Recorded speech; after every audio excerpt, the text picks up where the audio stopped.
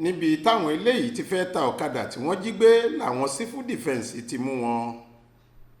Nigeria Security and Civil Defence Corps NSCDC ìyẹn iléeṣẹ́ ààbò ara ẹni làbòlú ẹ̀ka tìpínlẹ̀ Kánò ti mú 4 lára àwọn ọ̀dọ́ ìlú náà tó jẹ́ pé ọ̀kadà jíjí ni wọ́n yàn láàyò tí ọ̀kadà àwọn ará agbègbè Dáwákín níjọba ìbílẹ̀ Dáwákín nípínlẹ̀ náà kò sì nísinmi lọ́wọ́ wọn mọ́ rárá.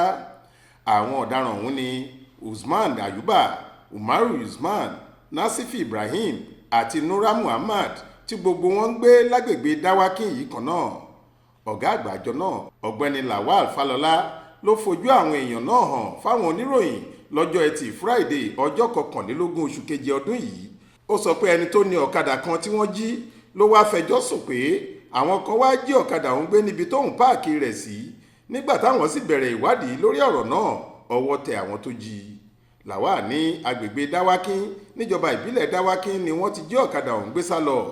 Nura Muhammed tó jẹ́ olórí ikọ̀ àwọn ọ̀daràn náà ló kọ́kọ́ jí kọ́kọ́rọ́ ọ̀kadà ọ̀hún lọ́wọ́ ẹni tó ní ó fi pamọ́ fún ọjọ́ 7 gbáko kó tó ṣẹ̀ṣẹ̀ lọ jí ọ̀kadà náà gbé níbi tó nítàn gbé e sí.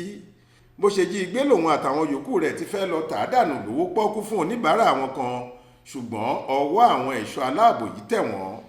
Wọ́n ní ọ̀dọ̀ àwọn ni gbogbo àwọn tọ́wọ́ tẹ̀ yìí wà báyìí, àwọn sì máa tó fà wọ́n lé ọlọ́pàá lọ́wọ́ lópin ìwádìí wọn kí ìwádìí lè tẹ̀síwájú àti kí wọ́n lè fojú wọn balẹ̀ ẹjọ́.